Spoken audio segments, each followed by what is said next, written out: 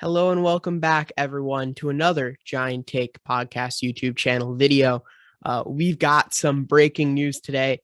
Today's Monday, the official start of the tampering period for free agency. The league year starts on Wednesday, so teams can start discussing contracts with free agents that are out there in this offseason. And the Giants have gone out and signed three of them, two major ones. We'll get into it. But it's exciting news all around the league about a whole bunch of different players. There's been craziness. Tom Brady's back. I mean, this offseason has just been crazy so far. But for the Giants, specifically, which is what we're here to talk about, it's surprising. I'm surprised they've shelled out the cash. We don't have the figures on one of them, at least when I'm recording this video, about one of these guys, but we'll hopefully know soon. I can kind of give a guesstimate about what I think it'll be, and I'll give that when we go to discuss him. But first signing that the Giants have made is they've signed guard Mark Glowinski, former Colt, former Seahawk, a very solid guard at the NFL level. He's agreed to terms with the New York Giants, 3 years at $20 million, with 11.4 guaranteed. Glowinski was originally a fourth-round pick, number 134 overall in 2015 by the Seahawks. After nearly 3 seasons in Seattle, Glowinski was claimed off waivers by the Colts towards the end of the 2017 campaign. He went on to spend the next 4 seasons with the Colts and played 48 games over the last 3 seasons, including 14 starts at right guard in 2021.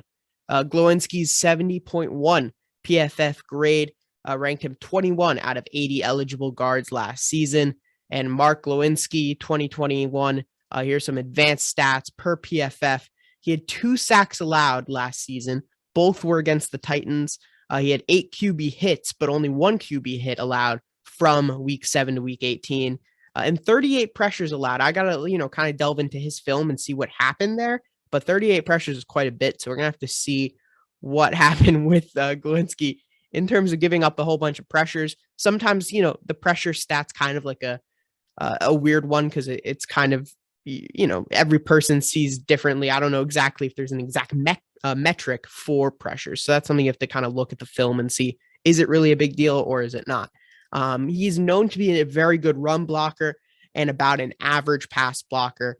And he's pretty much here to replace Will Hernandez, who was not good in either facet of offensive line play. So certainly an upgrade there. I'm excited to see how he does with the Giants, but 3 years, $20 million, that's quite a bit of money. You're looking at, a little more than $6.5 million per year if it's balanced out evenly.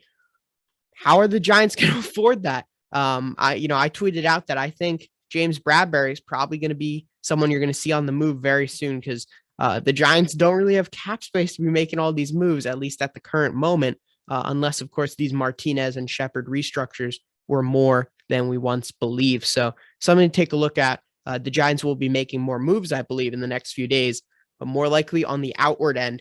And is this indicative of a possibility of Saquon Barkley being traded? We'll have to see as well. The signing that just happened actually about 20 minutes ago, former Bills offensive lineman Jon Feliciano will rejoin Brian Daboll and Bobby Johnson in New York. He'll play center for the Giants. It's a 1-year deal, could hit the market again in 2023 after a big year. So he's going to play center. He played guard mostly for the Bills. I'll go into some, where he's played, but Feliciano, 6'4", 325, played the past 3 seasons in Buffalo under coach Brian Daboll. He started 31 games during his tenure with the Bills. Overall, the 2015 fourth round pick by the Raiders has played in 82 regular season games with 39 starts, 26 at right guard, 11 at left guard, and 2 at center. It sounds like the Giants are planning on playing him at center, so we'll see how Feliciano does. We've heard a bit that he's a slightly controversial figure in terms of some of his opinions and how he demonstrates those opinions. Let's just say that. So, who cares really from my point of view? If he's going to help this offensive line, then, bring him in. I'm not in the locker room with him, so I don't, as long as we start winning games, that's the main thing here. And I think Feliciano hopefully will help us with that. It's a 1-year deal, so definitely maybe indicative of how Joe Shane and Brian Daboll think He's not really a long-term solution, but a nice stopgap at the center position, and has the versatility to play both guard spots as well. So I really like both of these moves. For Feliciano, we don't really have the details on it right now at this point, at least when I'm recording it. It's probably going to come out in 5 minutes after I'm done. So, you know how it always is. But I think probably in the 3 to 4 million range would be my guess. Probably something with a lower base and then some higher level incentives would be my guess to lower the cap number. But both of these guys, we've now filled 3 spots on the offensive line. We were talking about how we had 4 spots to fill. Now we've got Andrew Thomas left tackle. We've got Feliciano center and Glowinski right guard. And now we only need a right tackle and a left guard. And we obviously brought in Gano at right tackle. I think he's more of a backup type, but you know, we've drastically improved this offensive line in free agency. And that's something you're really, you know, that we all really wanted to see. And now we'll have to see how the Giants make the cap work, because that's going to be the big deal here. But very happy with both of these signings, and we'll see how they do. I'm not going to get too excited till I see them actually play, because as Giants fans, we all know we've been disappointed before by names that sound good or look good on paper and haven't just performed at MetLife or at any stadium for the New York Giants. So we'll have to see what happens with those two, but excited on paper. Let's just say that. Real quick, one other guy that the Giants signed today, the Giants signed wide receiver Robert Foster, 6'2", 194. Did not play a game in 2021, where he spent the season mostly on Dallas's practice squad. He's played 30 regular season games, 7 starts for the Bills, and he's also played for Washington. Sounds like kind of like a, you know, nice depth piece at the wide receiver position. Nothing too crazy. I'm not going to go into him more when we have our episode in the next few days. Most likely we'll discuss when Josh is back with me.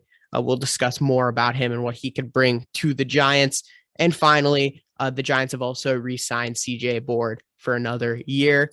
So Joe Shane and company saw something in Board and are bringing him back, a big special teams contributor, as well as a nice backup wide receiver.